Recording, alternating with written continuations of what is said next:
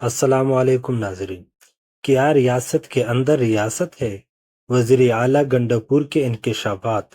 خیبر پختونخوا کے وزیر اعلیٰ علی امین گنڈاپور نے حالیہ پریس کانفرنس میں ایک اہم انکشاف کیا ہے۔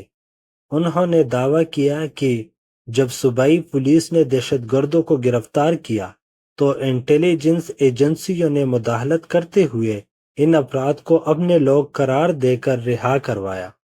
گنڈاپور نے کہا، جب ہماری پولیس نے ان لوگوں کو دوبارہ پکڑا تو ہماری ISI اور MI نے مداخلت کی اور کہا یہ ہمارے لوگ ہیں، انہیں چھوڑ دو، ہم انہیں اپنے آپریشنز کے لیے استعمال کرتے ہیں، اور وہ پولیس کی حراست سے رہا ہو گئے۔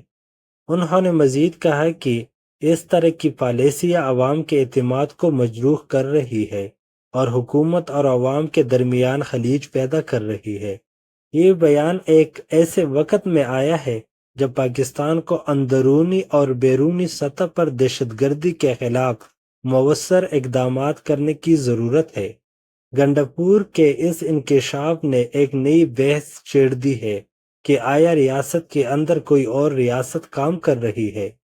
اس بیان کے بعد عوامی سطح پر مختلف آراء سامنے آ رہی ہے۔